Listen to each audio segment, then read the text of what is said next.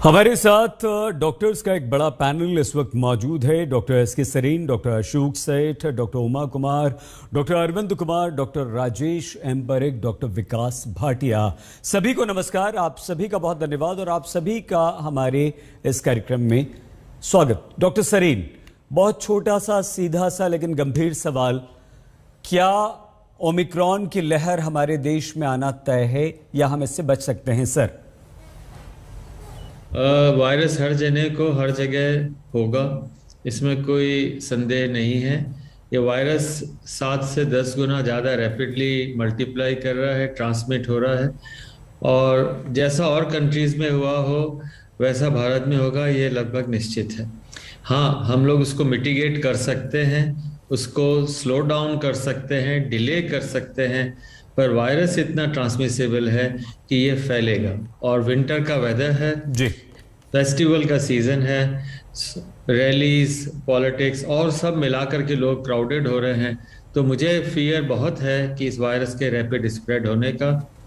और दूसरा, चूंकि हमारी पॉपुलेशन काफ़ी सारी डबल वैक्सीनेटेड नहीं है, सिंगल वैक्सीनेटेड है और कई बिल्कुल अनवैक्सीनेटेड हैं, तो उन सब में इसका स्प्रेड होना बहुत लाजमी लगता है। तो मेरे ख्याल से जो आपने पूछा उसका सिंपल जवाब है कि ये वेव आएगी, ऐसा लगता है जनवरी फरवरी तक। We may be swamped with large number of cases.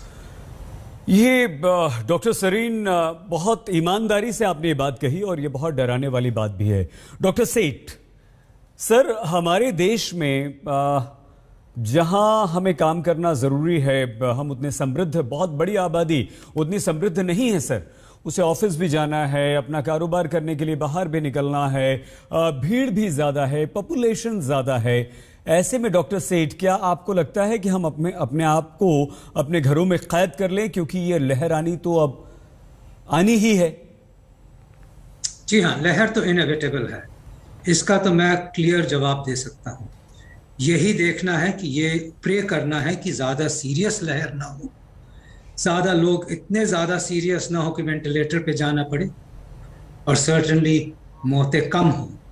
यही हमारी प्रेयर है, but we have to be prepared for the worst. ये तो है ही ना। जो आपने पूछा कि हमें क्या घर में छुप के रहना चाहिए, देखिए पैनिक की बात तो नहीं है, बट प्रिकॉशंस की बात ज़रूर है जी। अननेसेसरी क्राउडिंग, इंडोर में क्राउडिंग जो हम देख रहे हैं, जिसके लिए लोग भूल चुके हैं कि जो अप्रैल की वेव आई थी, जिसमें अनफॉर्चुनेटली कई लोगों की मौतें हुई थी और अपने दोस्त, अपने रिश्तेदारों की मौतें हुई हैं, सबने ये देखा है। और फिर वो कैसे भूल गए हैं कि सिर्फ इसके लिए 2 चीजें बड़ी इंपॉर्टेंट है जो हमने करनी है।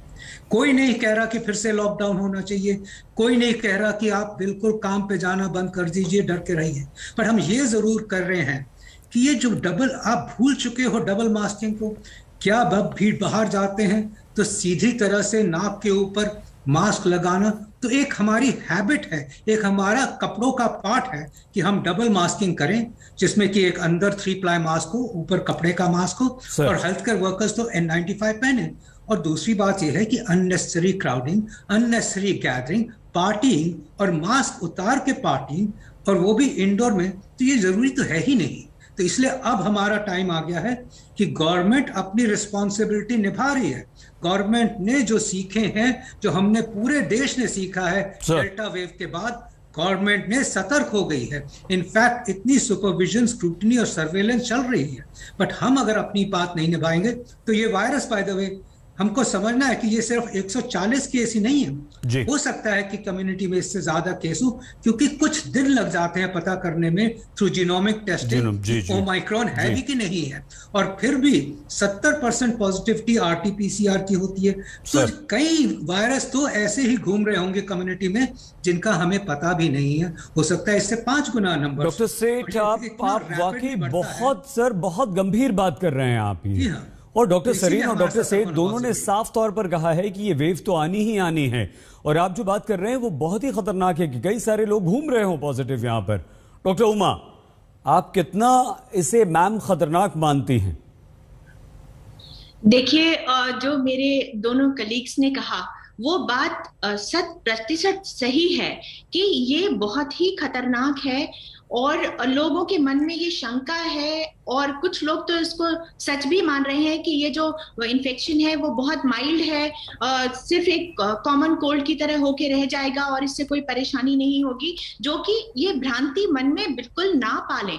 क्योंकि जो कहते हैं कि जो म्यूटेंट्स आते हैं उनका जो कैरेक्टर है, उनकी जो और बर्ताव है वायरस का, वो चेंज होता है, और कब ये बहुत सीरियस इन्फेक्शन में चेंज हो जाए वो कोई नहीं जानता। इसके अलावा एक चीज और डराने वाली इस इन्फेक्शन के साथ ये होती है कि जिनको माइल्ड इन्फेक्शन था या एसिम्प्टोमेटिक इन्फेक्शन था, उनमें भी जो पोस्ट कोविड सीक्वेली हैं वो देखे गए हैं और बहुत सीरियस फॉर्म में देखे गए हैं, जैसे कि ब्रेन फॉगिंग, सोचने का क्षमता बिल्कुल खत्म हो जाना, थॉट्स की क्लैरिटी नहीं होना, आर्थराइटिस हो जाना, बहुत ज्यादा एक्सट्रीम फटीग होना जिसकी वजह से काम पे नहीं जा पा रहे हैं, लोगों को इंटरस्टिशियल लंग डिजीज हो गई है और उसकी वजह से अभी भी ब्रेथलेस हैं, हार्ट के प्रॉब्लम्स हो गए हैं। तो माइल्ड इन्फेक्शन भी अगर माने तो उसका बाद में ठीक होने के बाद खतरा दूसरी परेशानियों का बहुत ज्यादा है।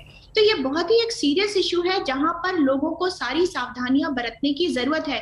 अभी हम सेकंड लहर से भी बाहर नहीं आए हैं, देखिए तो बहुत सारे देशों में अभी भी डेल्टा वेरिएंट से बहुत इन्फेक्शंस हो रहे हैं और ऊपर से ये ओमिक्रॉन आ गया है।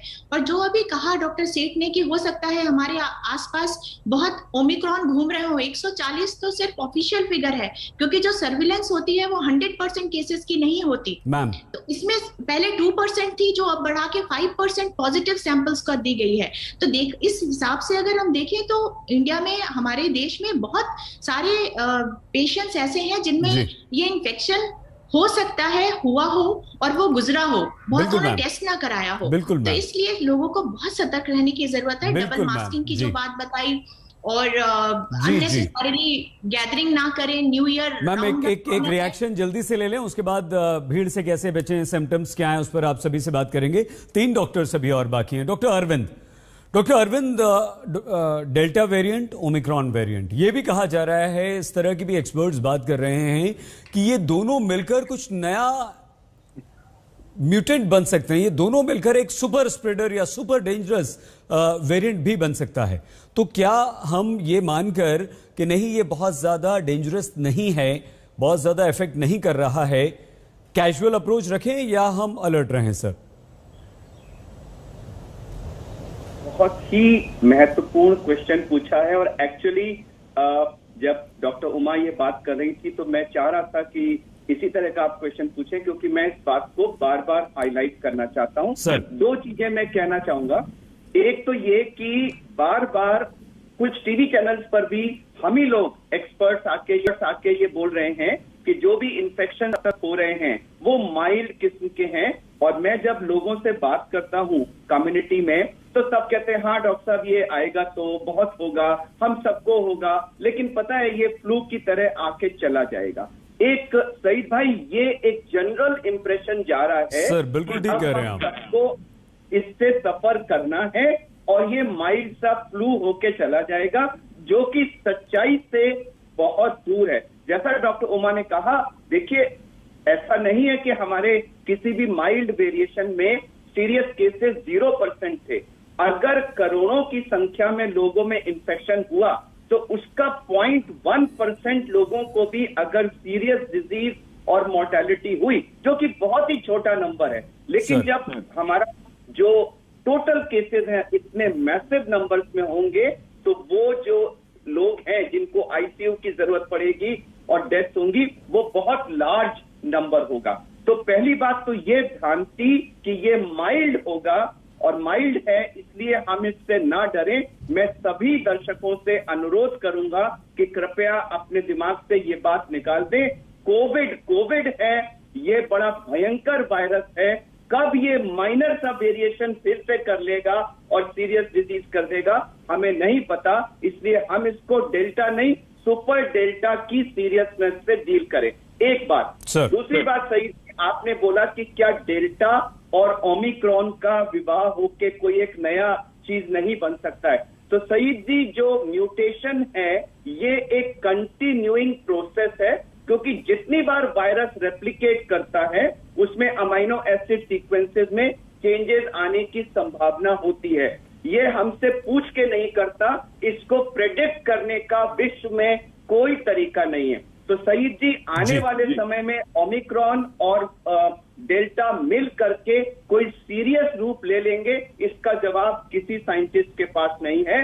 केवल एक जवाब हम सबके पास है जो 100% प्रूफ है कि अगर हम कोविड अप्रोप्रिएट बिहेवियर और दूसरा जो भी हमारी वैक्सीन हैं उन दो को हम 100% इफेक्टिवनेस के साथ यूज करें तो ये अभी प्रेजेंट वेरिएंट्स ही नहीं, आने वाले सारे वेरिएंट्स के खिलाफ हमारा सबसे सशक्त हथियार है। ठीक है सर, ठीक है सर। सर आपने डॉक्टर अरविंद साफ तौर पर कह दिया है कि हमारा अप्रोच जो है बहुत कैजुअल है और इस तरह से हम अपना नुकसान करेंगे। डॉक्टर राजेश परीख, डॉक्टर साहब क्या आप भी ये मानते हैं कि अभी ओमिक्रॉन के बारे में बहुत ज्यादा जानकारी डॉक्टर्स के पास, साइंटिस्ट्स के पास, WHO के पास, आप लोगों के पास नहीं है और अभी इसको आपको जानने समझने में डॉक्टर साहब, डॉक्टर परीख वक्त लगेगा और हम इसे हल्के में बिल्कुल ना लें, या आपका ये मानना है कि नहीं कोई बात नहीं, कोरोना की एक लहर हम 2 लहर हम झेल चुके हैं, इससे भी निपट लेंगे? देखिए, दूसरी लहर आने के 9 महीने पहले यानी अगस्त गए साल में मैंने इंडियन एक्सप्रेस में इंटरव्यू दिया था और मैंने कहा था कि थोड़े दिनों के बाद, थोड़े महीनों के बाद ये दूसरी लहर आने वाली है।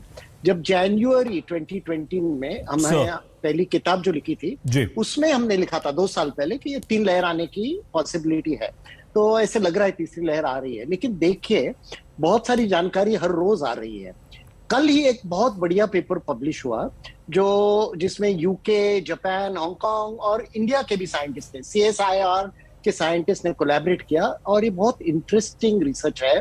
उन्होंने लेबोरेटरी में देखा, उन्होंने क्या देखा कि अगर हम ओमिक्रॉन वायरस लेंगे और उसका एंटीबॉडी के साथ सामना करेंगे तो जो लोगों ने 2 तरह के एंटीबॉडीज लिए थे, एक mRNA वैक्सीन टाइप और एक एडिनोवायरस वैक्सीन होता है वो टाइप के एंटीबॉडीज के साथ, ये दोनों की तकरार की और ये पता चला कि ओमिक्रॉन वायरस ये एंटीबॉडीज को चुका के जा सकता है। जो आपने पहले शुरू की बात के रिसर्च बता रहा है कि लोगों ने 2 वैक्सीन लिया है, शायद 3 वैक्सीन लिया है और उनको बीमारी हो रही है, तो वो एक पहला स्टडी था जो लेबोरेटरी में दिखा रहा है, साफ दिखा रहा है कि ओमिक्रॉन वायरस अपने वैक्सीन इंड्यूस्ड एंटीबॉडीज को डॉच कर सकता है। लेकिन अभी तक वो स्टडी नहीं हुआ है कि जिनको नेचुरल इम्यूनिटी है वैक्सीन के बगैर उसको डॉच करता है कि नहीं, और शायद पता चलेगा 1 हफ्ते में। और दूसरा उन्होंने क्या किया, हमारे जो लंग के सेल्स है उसको लेके वायरस के साथ मिलाया और उसपे देखा कि वायरस डेल्टा वायरस की तरह हमारे लंग के सेल के अंदर नहीं घुस सकता है, यानी इसलिए हम ये माइल्ड सिम्टम्स देख रहे हैं। ये कल पता चला। लेकिन परसों डायरेक्टर जनरल ऑफ WHO ने अनाउंसमेंट की कि अभी भूल जाओ कि ये माइल्ड वेरिएंट है, ये बात नहीं करनी चाहिए। और फाइनली मैं आपको एक उदाहरण देना चाहता हूं।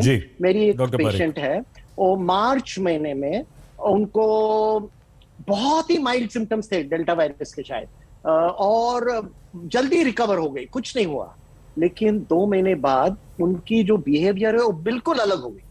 वो कुछ भी बात करती थी, उनका बिहेवियर ये हो गया, सबके ऊपर शक रखती थी। हमने 1 महीने तक कोशिश की और फिर मैंने उनका पेट स्कैन किया। अभी पेट स्कैन में क्या होता है कि ब्रेन का स्कैन होता है कि ब्रेन कैसे चल रहा है, उसमें कितना ग्लूकोज जा रहा है, और हमने देखा इन शॉर्ट कि ब्रेन में बहुत सारे चेंजेस हो गए थे। और बहुत खतरनाक चेंजेस देखने के बाद हमने एक दूसरी दवाई दी जिससे उनको थोड़ा रिलीफ है, और अभी हम दूसरा स्कैन 3 महीने के बाद करेंगे। लेकिन हमने क्या देखा है कि माइल्ड पेशेंट में भी ब्रेन चेंजेस आ सकते हैं और ब्रेन बिहेवियर चेंज हो सकता है। अभी हम रिपोर्ट कर रहे हैं, शायद ये इंडिया का पहला रिपोर्ट है, बट ऐसे छोटे रिपोर्ट यूएस से और दूसरे देशों सर हम और डिटेल में आपसे बात करेंगे। और बहुत आपने, थैंक यू वेरी मच। अभी तक डॉक्टर सरीन से लेकर डॉक्टर सेठ, डॉक्टर उमा, डॉक्टर अरविंद, आप लोगों ने वाकई ये कहा है कि हमारा अप्रोच जो है बहुत ही कैजुअल है। डॉक्टर विकास, हम आपसे इसी बात को आगे बढ़ाने का निवेदन करते हैं। डॉक्टर विकास भाटिया, क्या अभी हम ये माने कि ये ओमिक्रॉन जो है वो एक अदृश्य वेरिएंट की तरह हमारे सामने है, ये एक ऐसा दुश्मन है जिसके बारे में हमें जानकारी नहीं है कि हम पर कैसे अटैक करेगा, और क्या यही कैजुअल अप्रोच जो है डॉक्टर भाटिया हमारी, वो कहीं हमारे लिए डेंजरस ना हो जाए, बेहद खतरनाक ना हो जाए? सर क्या मानते हैं आप?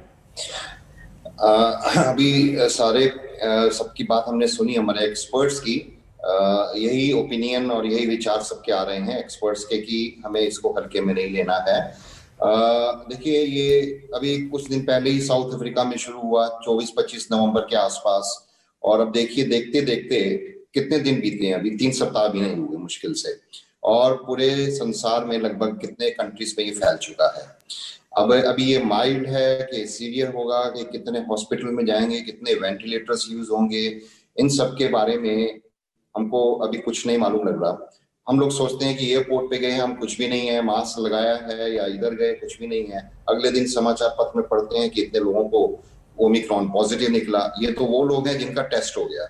इवन यूनाइटेड किंगडम के मिनिस्टर हैं जो, उन्होंने भी कहा कि अगर इतने केसेस वहां पे हैं 70,000, तो शायद 20 गुना उससे ज्यादा को तो वो टेस्ट भी नहीं कर पाए हैं, डिटेक्ट भी नहीं कर पाए हैं, इतनी ज्यादा तेजी से ये फैल रहा है जी। तो इसके लिए हमको तो तैयार रहना ही है। और एक बात तो बिल्कुल निश्चित है कि वैक्सीन है, या हमारे पास जो भी हमारे पास अपने से बचाव के हमारे पास उपाय हैं, ये बात तो निश्चित है कि मास्क में से शायद ये नहीं जा पाएगा। मास्क आज भी हमारे पास अपने आप में एक बहुत बड़ा बचाव का कारण है, हम अपने को बचा सकते हैं सर। तो इसके लिए सारे समाज से, सभी लोगों से यही अनुरोध बार बार कर रहे हैं हम सब लोग कि अपना जो बिहेवियर है उसको बचा के रखें, ठीक रखें, और कितने दिनों से हम सब जानते हैं इस बात को, तो इससे अपना बचाव करके रखें। और ये अदृश्य है बिल्कुल, क्योंकि हम जानते ही नहीं कि किसको क्या हो रहा है, और माइल्ड होने की वजह से ये बात और भी ज्यादा खतरनाक हो जाती है, क्योंकि अभी उनमें शायद सिम्टम ही नहीं आ रहे, और सिम्टम होते हैं तो हम उनको क्वारंटाइन कर देते हैं, आइसोलेट कर देते हैं। आप ठीक कह रहे हैं डॉक्टर भाटिया। हम सिम्टम्स पे बात करेंगे, हम और चीजों पर बात करेंगे। डॉक्टर सरीन सर, कहीं ऐसा तो नहीं है जैसे ब्रिटेन से अभी सिर्फ एक मौत की पुष्टि हुई है, खबर आई है, तो हम या हमारे देश के लोग ये मान रहे हैं कि अभी तो सिर्फ 145 केसेस हैं, इतने बड़े देश, इतनी बड़ी पॉपुलेशन में 145 केस क्या होते हैं, कुछ नहीं होते, अभी तक सिर्फ एक डेथ हुई है, और वो खतरा, वो ऑक्सीजन की कमी नहीं है, वो हॉस्पिटल में एडमिट्स नहीं हो रहे हैं, तो कहीं ये बात तो नहीं है जो हमें डरा नहीं रही है सर? ये विशफुल थिंकिंग है। नंबर ऑफ केसेस अगर ज्यादा है, उसमें से थोड़ा प्रोपोर्शन भी अगर सीरियस होगा, जैसे डॉक्टर सेठ ने कहा, तो वो थोड़ा नंबर भी हम लोगों के लिए बहुत हो सकता है। तो कॉम्प्लिसेंसी की कोई स्पेस, कोई जगह है नहीं हमारे लिए। और जब भी वायरस का नया फॉर्म आता है, डेथ्स 4 से 6 हफ्ते के बाद, सिम्टोमेटोलॉजी क्या लक्षण होंगे नहीं, 4 से 6 हफ्ते के बाद पता लगते हैं। कल जो पेपर 2 नेचर में आए हैं, उसमें ये साफ कहा गया है कि इसमें सीवियर डिजीज हो सकती है, और सीवियर डिजीज के लक्षण बिल्कुल डिफरेंट हो सकते हैं कल की पब्लिकेशन। और 2 और बातें उसमें जो आई हैं, जो कल ही पब्लिश हुई है, कि अगर किसी के पास बूस्टर नहीं लगा है और उसको ओमिक्रॉन हुआ है, तो उसमें इन्फेक्शन का रिस्क 17 गुना ज्यादा है, मतलब 3rd डोज नहीं लगी।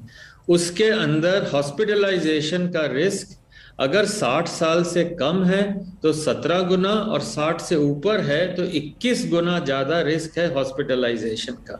3rd, mortality booster versus no booster में करीब 14 गुना ज्यादा मोर्टेलिटी हो सकती है। तो clearly first thing is we don't have boosters, we need to have a booster. अगर हमारे पास बूस्टर नहीं है, हमारे पास तो 2 डोज लगे हुए लोग भी पूरे नहीं है, 1 डोज लगे वाले भी पूरे नहीं है, तो हम इतने वल्नरेबल हैं कि हम लोग इस वायरस को परमिट कर देंगे और ज्यादा जल्दी बढ़ने के लिए। तो फर्स्ट एम, सारे जने वैक्सीन लगवाएं, डरे नहीं। बल्कि कभी आप व्हाट्सएप में, किसी ने देखा है कि कोई व्हाट्सएप करे कि भाई आप 10 जनों को और वैक्सीन लगाओ? मैं चाहूंगा कि through you this WhatsApp message should go all across India, हर जना दूसरे को कहे कि बहुत लोगों को वैक्सीन बहुत ही अच्छा डॉक्टर सरीन आपका ये सजेशन है। एक प्रश्न आपके हमारे सबके मन में है कि क्या कोरोना और उसके नए वेरिएंट ओमिक्रॉन की तीसरी लहर हमारे देश में आने वाली है? डॉक्टर्स के एक बड़े पैनल से इस समय हम बात कर रहे हैं और सभी का ये मानना है कि हाँ, ये लहर आने वाली है। और अभी तक की चर्चा में जो बातें निकलकर सामने आई वो ये कि इस बात को अपने दिमाग से निकाल दीजिए कि ये बहुत माइल्ड होगा, इस बात को अपने दिमाग से बिल्कुल निकाल दीजिए कि ओमिक्रॉन का खतरा बहुत कम है, ये कॉमन कोल्ड एंड फ्लू की तरह होगा। इस बात को अपने दिमाग से निकाल दीजिए कि आपने वैक्सीन की दोनों डोज ले ली है तो आप पर यह असर नहीं करेगा। डॉक्टर सेठ सर, आगे बढ़ें। अब एक बात तो आपने बहुत क्लियर कर दी और आपको धन्यवाद कि आप ही ने ये कहा था कि हाँ लहर आएगी और डरने वाली बात। सर बचे कैसे, क्योंकि इलेक्शन भी है, क्रिसमस भी है, न्यू ईयर भी है, ईयर एंड भी है, खूब लोग बाहर निकल रहे हैं, शादी ब्याह बर्थडे पार्टी सब कर रहे हैं। सर बचे कैसे? इनसे ओमाइक्रॉन से बचना तो हमारे हाथों में है। क्लियरली किसी भी कोविड से बचना हमारे हाथों में है, क्योंकि अगर हम वैक्सीन हेजिटेंसी हटाएं और अपनी 2 डोजेस ले लें, और मैं आपको अभी भी कहता हूं कि मेरे पास heart patients, educated heart patients अभी भी आते हैं और बैठ के पूछते हैं डॉक्टर साहब क्या हमें वैक्सीन ले लेनी चाहिए। और मैं सरप्राइज से देखता हूं कि अब दिसंबर हो गया है, जबकि हम कोशिश कर रहे हैं कि किसी तरह सबको, एडल्ट्स को 2 वैक्सीन लग जाए, और अभी भी इंटेलिजेंट लोग, एजुकेटेड लोग ये बात पूछ रहे हैं, तो हम कहां से इस कंट्री की हेजिटेंसी हटा सकेंगे? तो जो जिस तरह डॉक्टर सरीन ने कहा, एक हमारा कर्तव्य हो गया है कि जो जिस तरह हम कहते थे वैक्सीनेशन लगाओ, अब हमें कहना होगा कि सेकेंड डोज लगाइए, ये कल ही लगाइए, और जितनी जल्दी हो सके दूसरों को भी लगवाइए जो आपके आसपास बैठे हैं। ये ना सोचिए कि सिर्फ हमने लगा ली तो मेरा काम हो गया, हर एक को जिसको भी आप लगवाइए। आपको अगर मैं आंकड़े दूं कि हम अपने अस्पताल में 200 डोजेस रोज की लगा सकते हैं, सिर्फ 40 लोग रोज आते हैं वैक्सीनेशन लगाने के लिए। कितने सेकंड डोजेस की वैक्सीनेशन बची हुई है क्योंकि लोग आ ही नहीं रहे। ये सेकंड डोज हेजिटेंसी एक अजीब चीज ही हो गई है। और दूसरा, हमने क्लियरली एम्फसाइज किया है कि कोविड अप्रोप्रिएट बिहेवियर, हमें कोई इसमें शर्म की बात नहीं है कि हम मास्क पहने। मास्क तो एक हमारा कपड़ा हो गया। लोगों से डिस्टेंसिंग मेंटेन करना और अननेसेसरी क्राउडिंग और ट्रैवल न करना कुछ ही हफ्तों की बात है, कुछ ही महीनों की बात है। बाय द वे, ये हम कोविड से हार नहीं रहे हैं, कोविड से हम जीतेंगे, प्रोवाइडेड हम ये रियलाइज करें कि हमारे बिहेवियर से हम अपनी लाइफ बचा रहे हैं, बट मोस्ट इंपॉर्टेंटली दूसरों की लाइफ बचा रहे हैं। हमारे घर में अगर हम इस बार भी ओमाइक्रॉन ले आए तो कोई ना कोई हमारे में सीरियस बनेगा ही, अस्पताल में एडमिट होगा और मौत होगी। एक आंकड़े कुछ इंपॉर्टेंट है जो लोग अभी तक नहीं समझ रहे हैं। इन इंग्लैंड इस टाइम पे जो एडमिशंस हैं वो उस लेवल पे पहुंच गई हैं जो कि जनवरी में एडमिशंस हो रही थी, बेड्स की कमी हो रही है। और चौथी इंपॉर्टेंट बात ये भी है कि हेल्थ केयर वर्कर्स को वहां पे अब कोविड, ये ओमाइक्रॉन अफेक्ट कर रहा है, कोविड अफेक्ट कर रहा है। खतरा ये है कि वहां का हेल्थ केयर ओवरवेल्म होने वाला है। लोग यहाँ पे न समझें कि ये माइल्ड इलनेस होगी और थोड़े से लोग एडमिट होंगे, just in terms of number. और ये भी कोई श्योर नहीं है माइल्ड हो। एक्चुअली हो सकता है कि जितने लोगों की इम्यूनिटी खत्म हो चुकी है या जितनों ने वैक्सीनेशन न लगाई है, और एक्चुअली मुझे सबसे ज्यादा डर है हेल्थ केयर वर्कर्स का। अभी ने किसी को ये बात बिल्डअप नहीं की है, बट हेल्थ केयर वर्कर्स की वैक्सीनेशन की इम्यूनिटी प्रैक्टिकली अब खत्म हो चुकी है। 10 महीने हो चुके हैं। यही हमारे फ्रंटलाइन वर्कर्स हैं, यही हमारा फ्रंटलाइन है, यही हमें बचा सकता है। और सर हम जल्दी एक रिएक्शन और ले लें। 5 डॉक्टर्स हमारे साथ हैं सर। अब आ गई है वो टाइम कि एटलीस्ट कुछ वर्ग को बूस्टर मिलना अनिवार्य हो गया, क्योंकि वैक्सीन अवेलेबल है और लोग लगवा नहीं रहे हैं। बिल्कुल ठीक है सर, आप डरा भी रहे हैं, आप साफ तौर पर कह रहे हैं कि सेकंड वैक्सीन लगवाइए, जल्दी लगवाइए, कोरोना अप्रोप्रिएट बिहेवियर का पालन जरूर कीजिए। डॉक्टर अरविंद, क्या अगर बहुत जरूरी ना हो तो हम अपने आप को घरों में कैद कर लें? क्या हम अपनी लाइफ को किस तरह से रेस्ट्रिक्ट करें कि हम खुद भी बचें, अपनी फैमिली को बचाएं और अपने देश को भी इस खतरे को कुछ कम कर सकें? क्या करें डॉक्टर अरविंद? सईद जी, मुझे लास्ट ईयर जनवरी फरवरी में जो हालात थे और इस समय के हालात में एक बड़ी भयानक सी डरावनी सिमिलैरिटी दिखाई दे रही है। देखिए, लास्ट ईयर भी यही हुआ था कि दिसंबर जनवरी आते आते हम सब लोग ये सोचने लग गए थे कि कोरोना हमारे देश से भाग गया जी। हमारे फेस्टिवल शुरू हो गए थे, हमारे यहाँ जगह जगह इलेक्शंस थे और सब लोग, और ये कोरोना धीरे धीरे कम्युनिटी में आ रहा था। 2-4 केस छोटे छोटे बॉम्ब्स के रूप में यहाँ वहां हो रहे थे और हम उसको भूल करके मस्त थे कि नहीं कुछ नहीं होगा, कुछ नहीं होगा। और फाइनली फरवरी में, मार्च तक आते आते वो एक भयानक रूप में आया। इस समय भी लोगों में कॉम्प्लेसेंसी है, लोग सोच रहे हैं कि अरे ये तो हमारे देश में नहीं होगा या बहुत माइल्ड होगा। अब बहुत बड़ा मेजर फेस्टिवल आने वाला है, न्यू ईयर आने वाली है, कई राज्यों में इलेक्शंस आने वाले हैं। तो अगर आप देखें तो बिल्कुल लास्ट ईयर जैसे हालात हैं। और ये ओमिक्रॉन खड़ा हुआ है, बड़ा मुस्कुरा रहा है, ये जानते हुए कि ये बेचारे ह्यूमन बींग्स तो मेरे विक्टिम बनने के लिए तैयार है। वो कहते हैं ना, the omicron know that these people are falling into my trap. बड़ा खुश हो रहा है, वो तालियां बजा रहा होगा, वो फेस्टिवल मना रहा होगा कि ह्यूमन बींग तुम फेस्टिवल मनाओ और मेरे चंगुल में फंस जाओ। बिल्कुल लास्ट ईयर वाली सिमिलर पिक्चर सईद जी हो रही है। बिल्कुल डॉक्टर अरविंद, डर है कि फरवरी फर्स्ट वीक आते आते ये देश में एक भयानक रूप ले चुका होगा। सर ये बहुत गंभीर डॉक्टर अरविंद आप बात कर रहे हैं। डॉक्टर परीख आप भी उससे सहमत हैं? आपकी हंसी ने ये बात बता दी। डॉक्टर उमा, आप क्या सजेस्ट करेंगी?